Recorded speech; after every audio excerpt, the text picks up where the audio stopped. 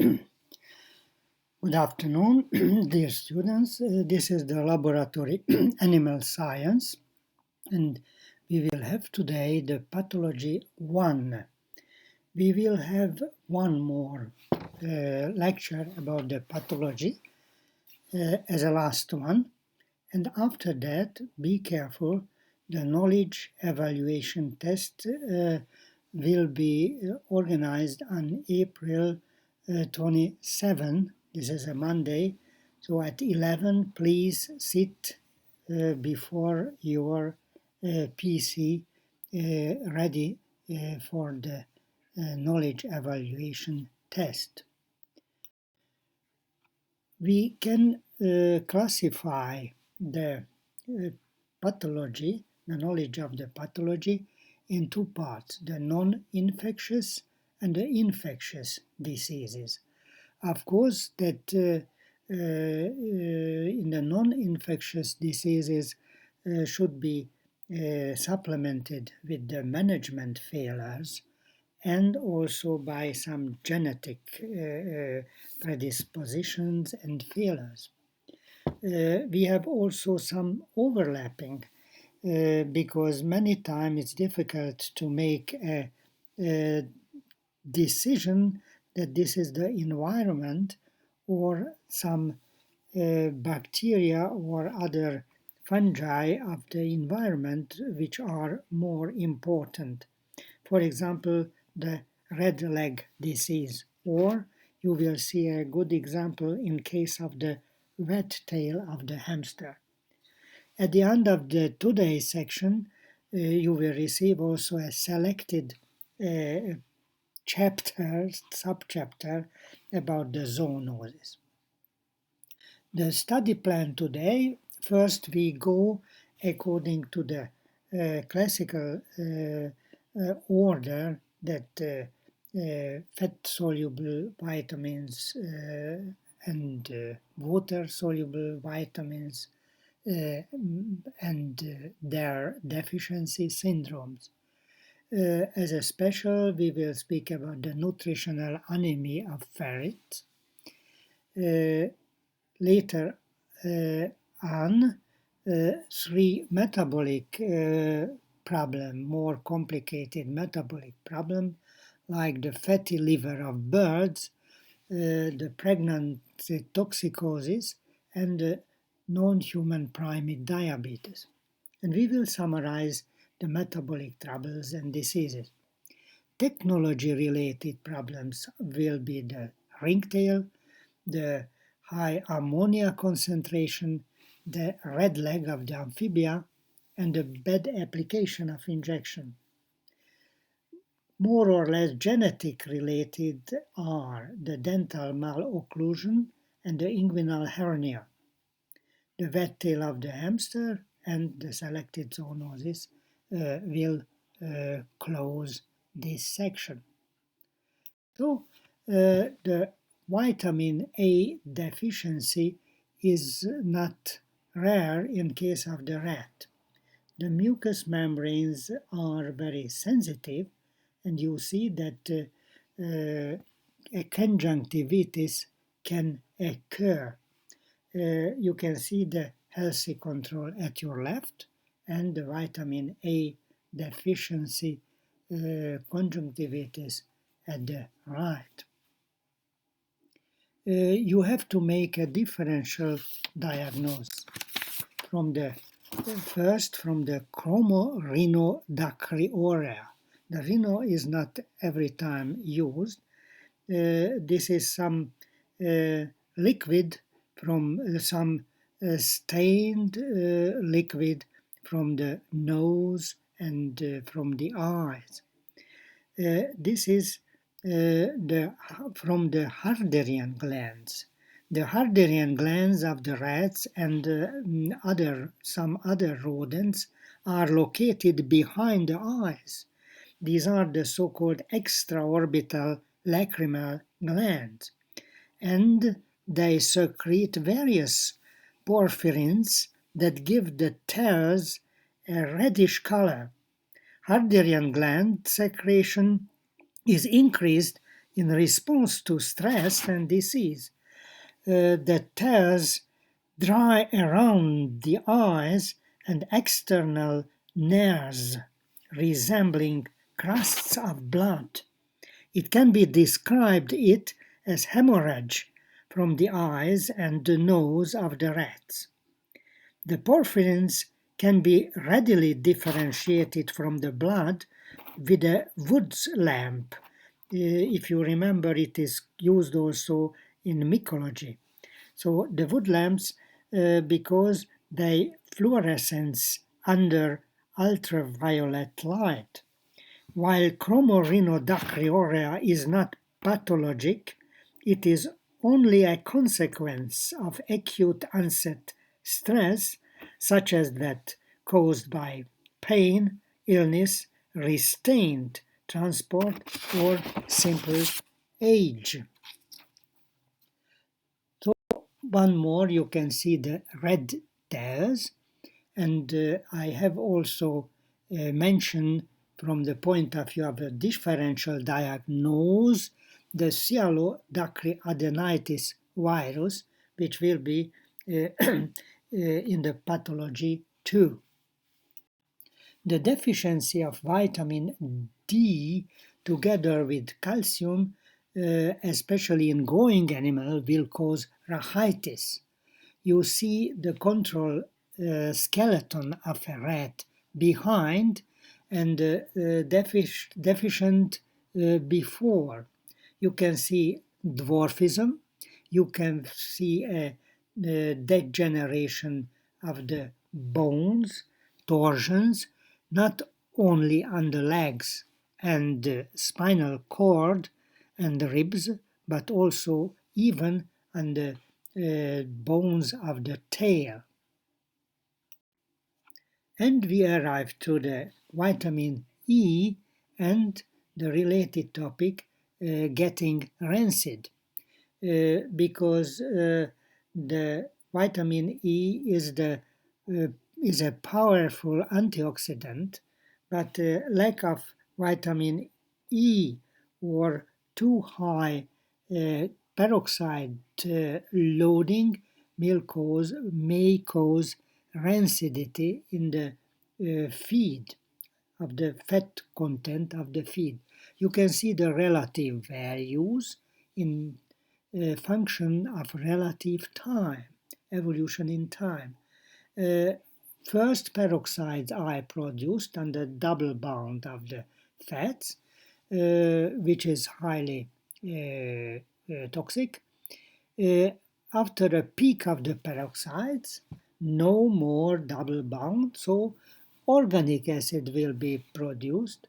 As a secondary products, aldehydes and polymers are also present, but they are not so dangerous. To the question that to feed or unsuitable, we have to say that the peroxides are highly toxic. More than 20 peroxide number is not allowed to feed. What about the organic acids? Above 40, it is not allowed to feed them, but even at that time, we have to supplement it by the deficient fat-soluble vitamins. So we have organized an experiment by feeding rancid bone and meat meal for rats, and secondly, we have given fat water-soluble hydrogen peroxide to the feed of the one-day chickens. Here you can see the results. The results shows that here you can see the Malpighi bodies of the spleen. The first picture is the detail from a control spleen. Intact Malpighi body of large zones of darks, black lymphocytes and gray lymphoblasts can be seen. And right, you can see the detail from spleen of a peroxide-fed rat spleen. Decreased measure of Malpighi body caused by the decreased number of lymphocytes and lymphoblasts in Malpighi body. And the peroxides are attacking the germinating cells, therefore the reproductive organs. Left, you can see the detail from control testis, developing germ cells of different phase of maturation in the seminiferous tubulus and a lot of long dark stained spermiocytes in the proximity of the lumen. But on the right side you can see the details from a testis of peroxide-fed rat and lack of developing germ cells in the seminiferous tubulus. Yes. And you can see a very similar picture in male rats if the dam, the mother, during the pregnancy was treated by an endocrine disruptor, a pesticide named vinclozolin. And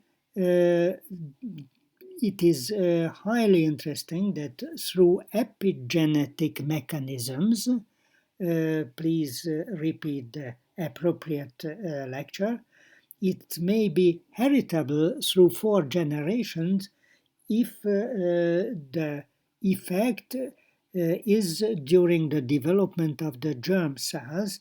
It means that during the 12th, 13th days of the pregnancy. Also, you can see a sterile sterility caused problem by the vitamin E deficiency.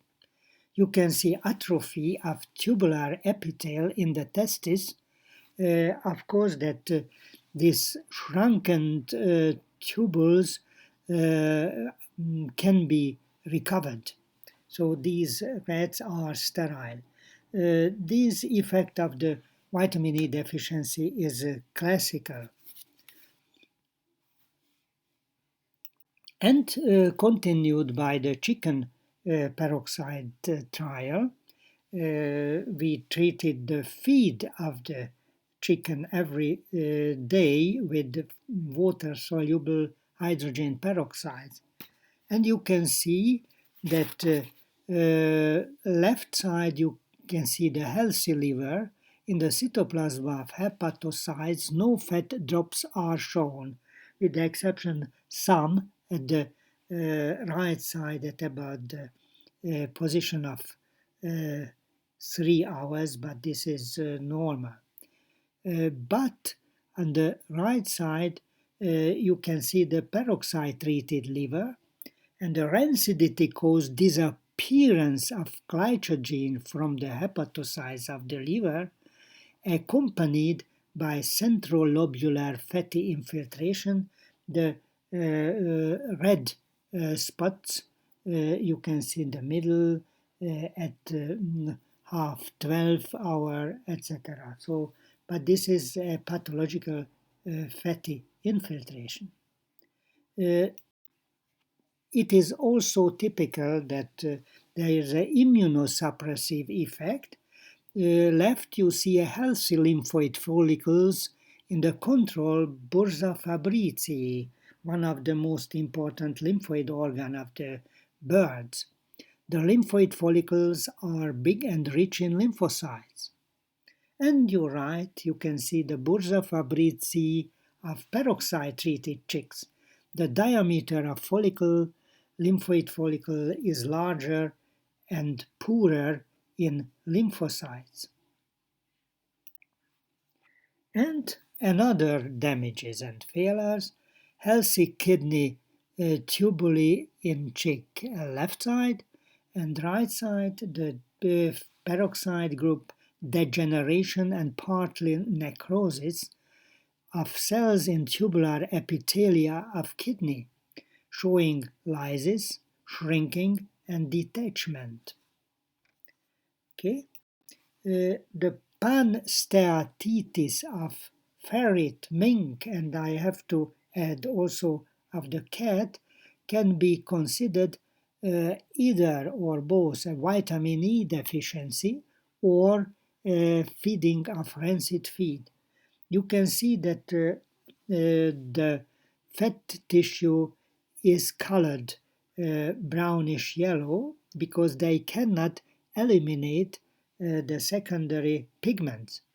And also it is very painful because there is a inflammation everywhere caused by the free radicals of the rancid feed or deficient in vitamin E.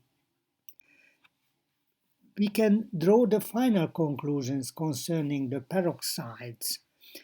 Fat-soluble peroxides and organic acids, because they were also present, significantly decreased the feed intake of rats. But the water-soluble hydrogen peroxides at the same time stimulated the appetites of chicks. The lymphoid, the reproductive tissues, and the parenchymal organs showed significant alteration even in the clinically healthy animals. So, in case of laboratory animals, especially in toxicological tests, the peroxide ingestion should be minimized. The next vitamin is the vitamin K deficiency. This is also a vitamin K deficiency in case of toxicosis with rat poison. You can see hemorrhage in the thoracal, left side, and in the abdominal cavity of the poisoned rats. The mode of action of this poison, called warfarin, is that it is an anti-vitamin K effect, and warfarin reduces the body's vitamin K effect, preventing in producing a blood clotting agent in the liver. This is the 9th and 11th factor. And lack of blood clotting, there is a bleeding in the body cavities and deaths. It can be a protein and vitamin B pyridoxine deficiency, which can cause edema and fluid in the thoracal cavity. This is a mouse, because lack of protein and vitamin B6 will cause a decrease of the oncotic pressure of the blood, and by this way the plasma will enter into the tissues. The vitamin C, or ascorbic acid, is not essential for all the species. We see the classification of species according to the occurrence and localization of L-gulonolactone oxidase, which can transform the glucose into ascorbic acid. You can see that monkey, human, fruit, bat, guinea pig, and bulbul birds cannot produce it. Mammalians and a group of birds have this enzyme in the liver. Amphibia and reptile and other group of the birds in the kidneys, and you see that the fish and the insects are also without this enzyme, so they need also the vitamin C. Only for a minute, I show you the fruit bat in two pictures. They are interesting in the point of view of the so-called orphan models because they are carrier of the Ebola and they have a seroconversion. It would be interesting that this is why are they resistant to this virus. The symptoms of the vitamin C deficiency in guinea pig are very typical. Hemorrhagic skeletal muscle can be seen due to scurvy in guinea pig. The gum is also similar in these severe cases. What about the body? The body in the healthy guinea pig is known, but below the second row, it a prone position. This prone position because there is an atrophy of the muscles on the legs. And lower picture shows us a supplementation. Number one is a vitamin C free diet, shorter bone, and number four with supplemented with 5 milligram per day ascorbic acid, longer tibia, and full mineralization at the upper part. And you can see also the syndrome in fish. There is a scoliosis and lordosis, which is typical close to the tail fin. If you are making trials concerning the vitamin C deficiency using fish instead of guinea pig, this can be considered also as a replacement. The pantothenic acid deficiency can cause depigmentation and graying in case of the rats and the black type of mice. You can see the upper line, a Norwegian rat, and after 6 weeks of pantothenic acid-free diet, graying, and shriveled hair coat and graying after 12 weeks of deficiency diet. The next vitamin from the group B is the biotin. You can see the biotin deficiency left upper. This is upper picture. This is a scaly, dry, scaly dermatitis with skin rash and symmetrical loss of hair, alopecia. The eyes like the spectacle eye, and but it can be reversed, and by feeding biotin, you can see the process of recovery, right upper and right lower picture.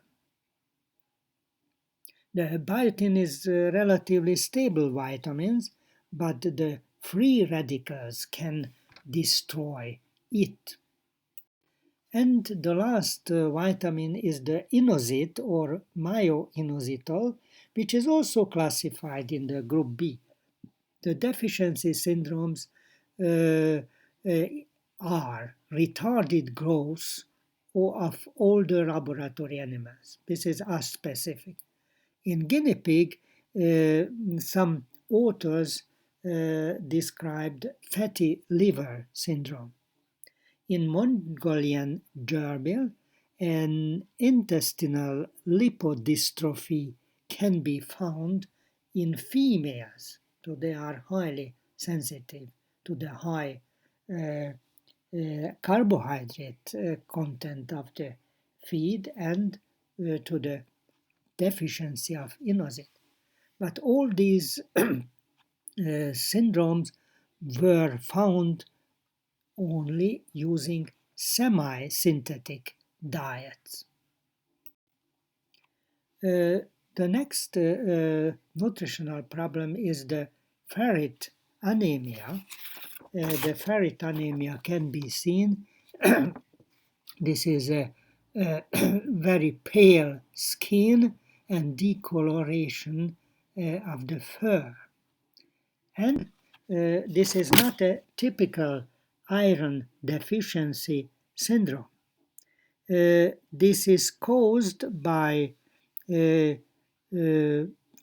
phosphate and or protein overfeeding, especially that of fish origin. It means a trimethylamine oxide TMAO overload of the ferret's digestive tract. The resulted chemical compounds in the lumen, for example formaldehyde, may inhibit the absorption of dietary iron. The characteristic deficiency syndrome were found as a lack of underfur pigmentation, graying or whitening, named cotton fur, and in the blood, microcytic hypochromic anemia can be found. The origin is also nutritional. The fatty liver and many times fatty liver and kidney syndrome of the birds and, can be found if there is a carbohydrate overfeeding, a lot of corn, for example, in the feed mixture, and lack of lipotropic factors. Lipotropic factors are methyl donors like methionine, betaine, folic acid, and also in some situation the zinc salts.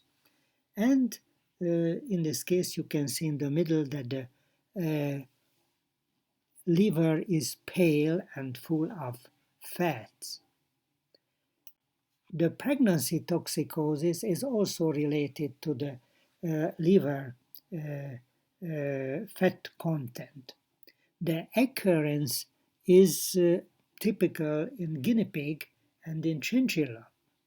The etiology is very interesting. In guinea pig, it is related to the pregnancy, of course, but to the obesity, and in chinchilla too, and we need a intermittent lack of feeding, or there is no appetite and the animal refuses to eat because the taste is bad or change of the feed, or in case of the chinchilla there is a wound on the forelegs and the paws, and they cannot grab the feed. So this is the etiology. And of course that there is, in this case, there is a fat mobilization. The prevention by this way, of course, is preventing the obesity during the pregnancy. We have to emphasize the differences to the fatty liver syndrome of dairy cow, which is after the parturition, after the calving, and this is a absolute energy deficit syndrome. But we have also draw your attention to the similarity with the hepatic lipidosis of pregnant mares. The third metabolic problem is the diabetes of non-human primate. You can see of the left side, which is a typical non-human primate, extruded pieces of feed, which contains all the necessary essential elements, protein, vitamins, minerals. Animals receive it as a breakfast. And after that, at 10 o'clock, they receive vegetables like tomato, paprika, etc., distributed individually for having a social contact with the animals. For the lunch, they will receive fruits like banana, like apple, etc., etc. And before sleeping in the afternoon, they will be distributed treats, chocolates, resin, etc. If they are receiving too much from the latest one, they readily can develop a diabetes. It is highly interesting that for the treatment, the dog double phase insulin, like the CAN insulin, proved to be more effective than the human one. And we move to the technological problems of the animal facility. And the first is the ringtail of the rats and also of the mice. This is a avascular necrosis of the tail or ringtail. Ringtail occurs primarily in young rats and occasionally in young mice kept in very low humidity environment, lower than 20%.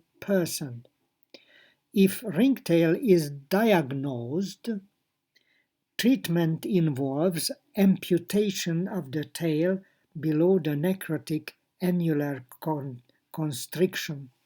Of course, this is mostly for the pets and some valuable breeding animals, not animals in a running experiment. And the next problem with the technology is the higher ammonia level. Ammonia gas is produced by the metabolism of uric acid by bacteria that can thrive in wet poultry litter.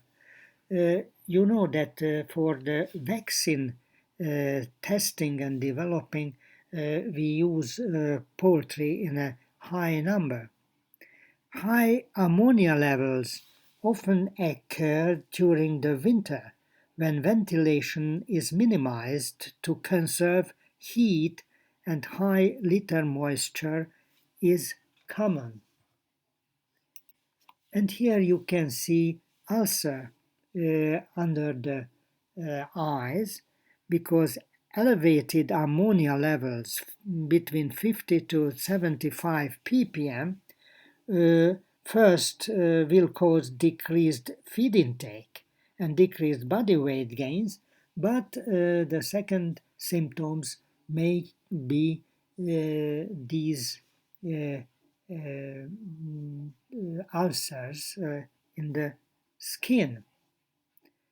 And if the ammonia concentration is even higher, more than 100 ppm, it will cause caustic burns of the cornea, which can result in blindness. You can see very tragic pictures, and also the histological picture of the healthy cornea and how the ammonia is attacking the cornea, and there is a elimination and ablation of the cornea epithelium from the corneal stroma. And here you can see that up to the iris can be nude, the eyes, and these birds will often fail to find adequate feed and water, and of course result will be death. And here you see the so-called red legs syndrome, which is commonly referred to hyperemia of the ventral skin. You can see on these frogs. This is very typical as accompanied signs of a systemic infection in amphibians, especially in dogs. Saprophytic gram-negative bacteria such as Aeromonas, Pseudomonas, Proteus, and Citrobacter species typically cause red legs. But also viruses, fungi, and other pathogens may cause similar lesions, but the ventral hyperemia is a non-specific sign and may be seen with ammonia toxicosis too. Malnourished, newly acquired amphibians that are maintained in poor quality water are particularly susceptible. As a veterinary problem is the bad intraperitoneal application of an injection. We can apply, left side you can see A and B spots because below there is the urinary bladder and upper we have the cecum. So if you don't apply the injection in a good way, you can have a damaged bloody infiltration in the cecum. Left side you see the healthy cecum and the upper part of the middle pictures, and down and right side you can see the hemorrhage and the bleeding in the cecum. And here you see the macaco diabetes once more to give you a feeling that we can close the metabolic troubles. So please let's summarize the metabolic troubles and diseases. We have seen that vitamin C deficiency is important in case of the guinea pig and the fish. You know that fish are more and more important as laboratory animals. 10% of all the experiments are made using zebra, danio, etc. Second, iatrogenic dysbacteriosis. This is an upset of the microbiome after peroral application of large-spectrum antibiotics. All the laboratory rodents and rabbit are sensitive, but the guinea pig are highly sensitive. The pregnancy toxicosis was discussed in case of the guinea pig and chinchilla. Urolithiasis are not too frequent and mostly because of the high pH value of the rodents, mostly of oxalate character. All these rodents and rabbits are very susceptible to toxins and mycotoxins. it can be seen that the LD50 values are lower compared to other mammals. Why? Because by means of the psychotrophy, by means of the recycling of the soft feces pellets, which is a content of the cecum, they recycle more and once more the toxins and mycotoxins. And the number 6, that the lack of fiber may cause a hairball, zootrichobezoar, in the stomach. The two genetic related problems are, first, the dental malocclusion you can see in chinchilla, and the brachygnathia superior in case of the rabbit. Of course, it had be cut, but of course that these animals cannot used as a breeding animals because this is a genetic failure. The second is only a predisposition, genetic predisposition that in normal adult males, the inguinal canals are closed even in case of the rats, but the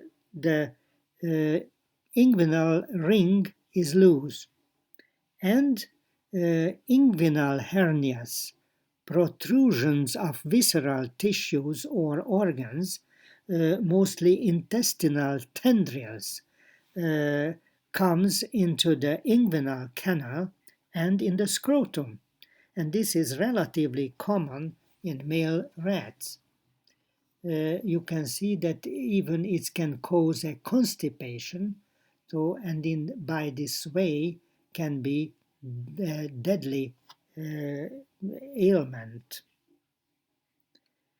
And the wet tail is a crossroad of infectious and environmental problems.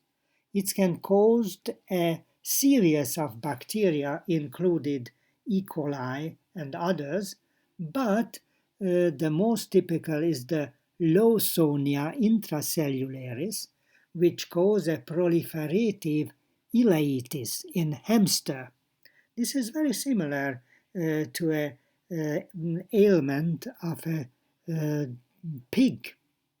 The causes, besides the upset of the microbiome, is basically a stress like too much handling. It's very typical in case of pet hamsters, change in the diet, and the unclean caging. The symptoms are watery diarrhea and lethargy of the small animals. After necropsy, you can see many times gas production, signs of the gas production, and even invagination of the intestine. And now we arrived to the selected zoonosis to finish with. What means selected? Selected means that we extend only on laboratory animals and not for the production animals zoonosis, and nothing to the companion animal zoonosis, even if they are laboratory animals like dog and cat. So only zoonosis of rodents, rabbit, bird, fish, and bird.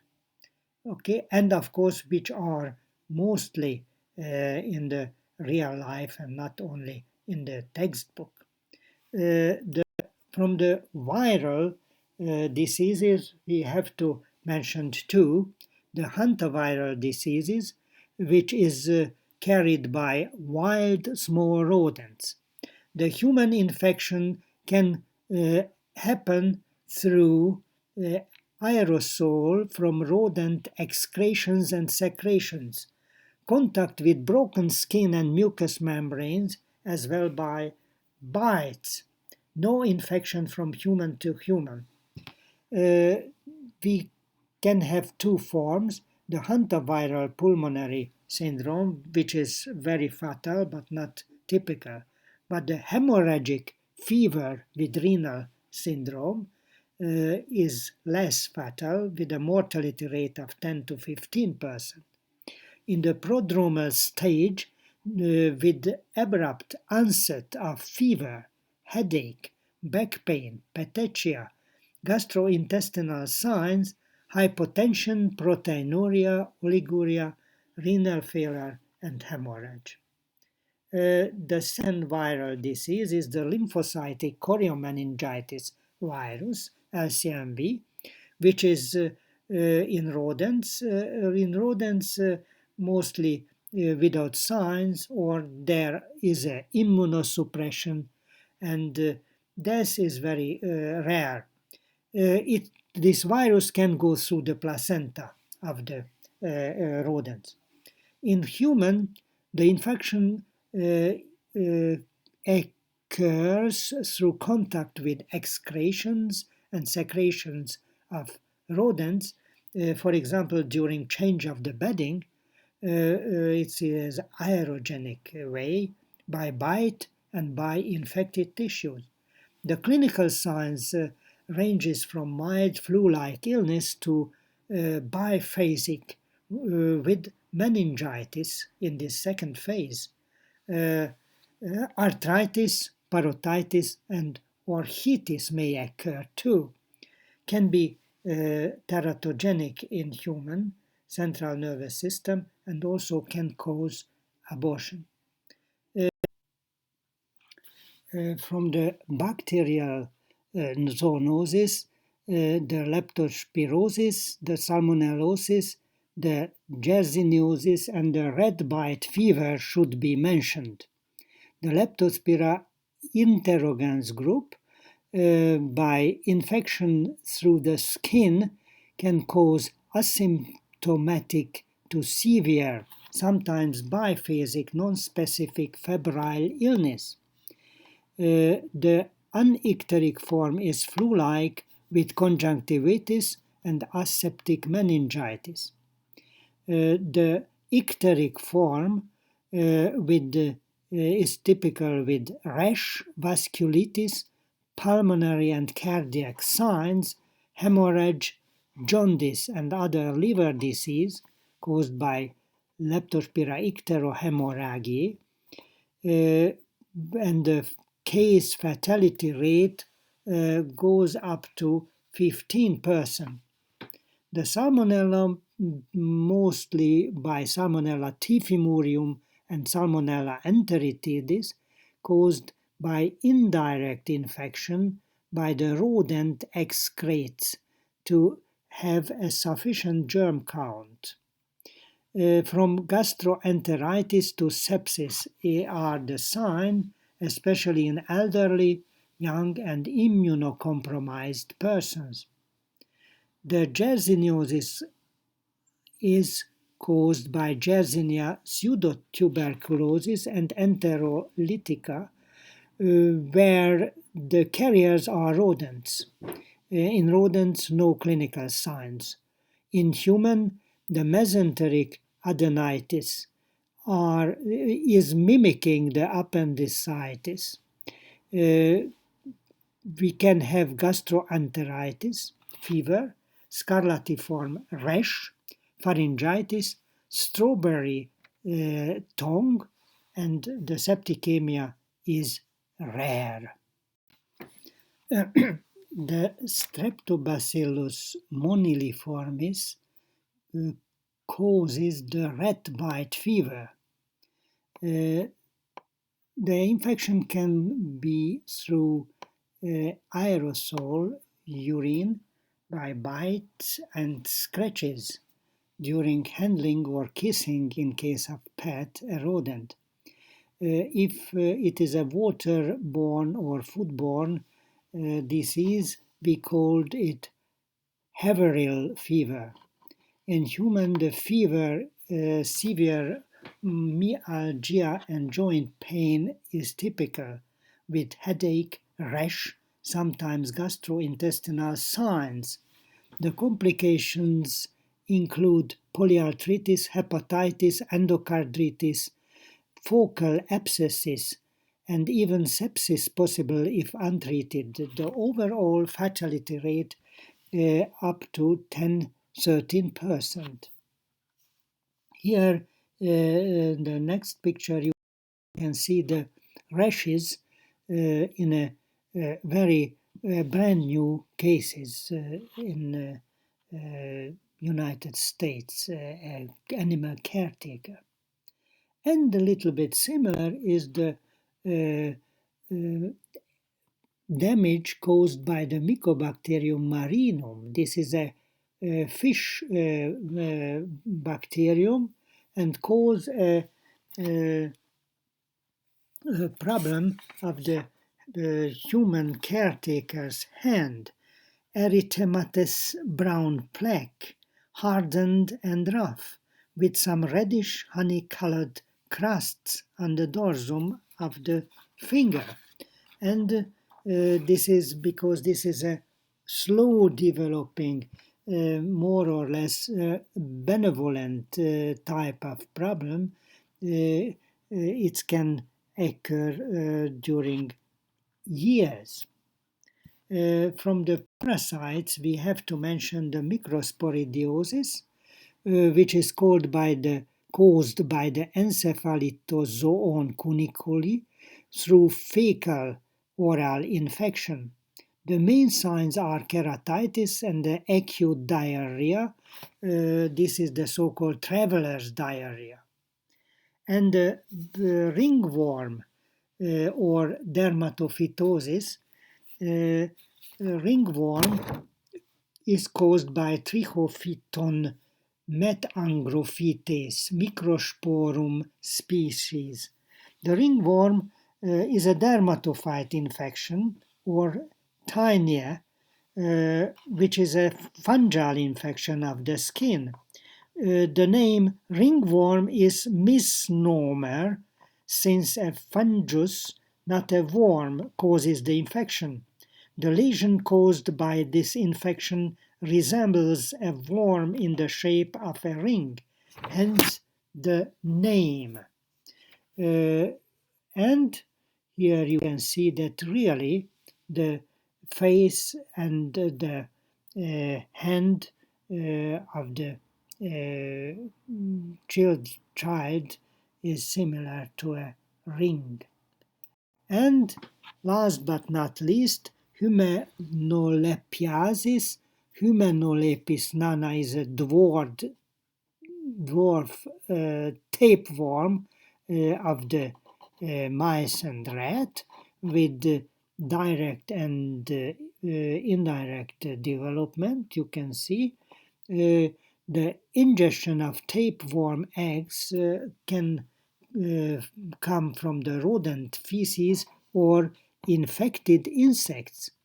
Mild abdominal distress, decreased appetite, irritability, weight loss, flatulence, and the diarrhea is possible, mostly in case of children.